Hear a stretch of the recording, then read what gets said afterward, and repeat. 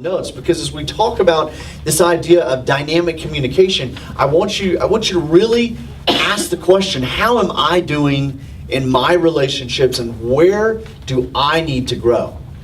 So this morning we continue talking about this idea of being in our homes. And I just want you to think with me for a second and just imagine that we are here together in a big, huge laundry room.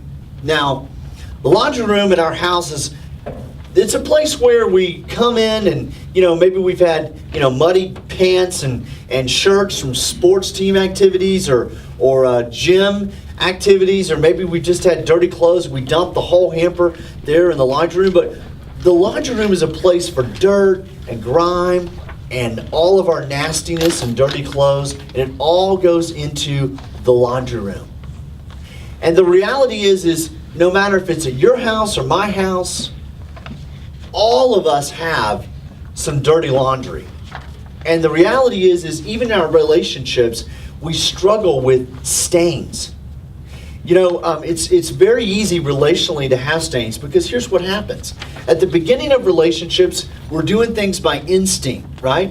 We're opening doors. There you go. You go right in before me, and we're speaking kind words. May I help you with that? We're doing things for each other that are kind words, kind actions, by instinct.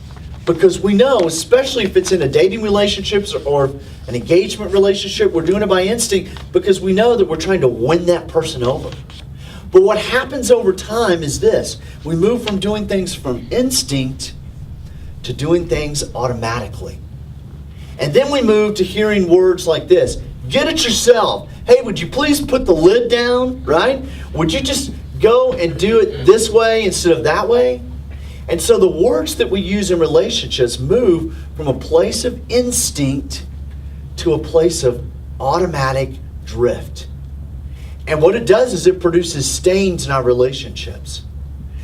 And the longer we're married, or the longer we're with somebody, or the longer we're in a friendship or a relationship, here's what happens. It kind of starts to slide down. And what was once a fabulous time together becomes challenging. And it all has to do with our relationships and how we, on the baseline, communicate. And the reality is it's hard when we think about communication, because communication is so automatic for us, right? I mean, you're using 25 to 50,000 words a day. And you're always using nonverbal and verbal communication in everything that you do. So it's a little bit painful because we have our automatic patterns, our automatic ways of doing things as we relate to people. And we have our automatic words that we use in situations. So it's a little bit hard, it's a little bit difficult, isn't it, to really analyze how do I communicate? And yet the reality is the communication that we use, the words and the way that we communicate, is so critical to every single one of our relationships. The other day, Christy and I, we had come in from being out somewhere with some people, and we came into our house and we sat down and we started talking, and we reached this point in the conversation that I thought that we were done with the conversation. And so I said, I've got to go do some things, so see ya, basically is what I said. And I'm walking away, she's like, well, that's really rude. I'm like, what?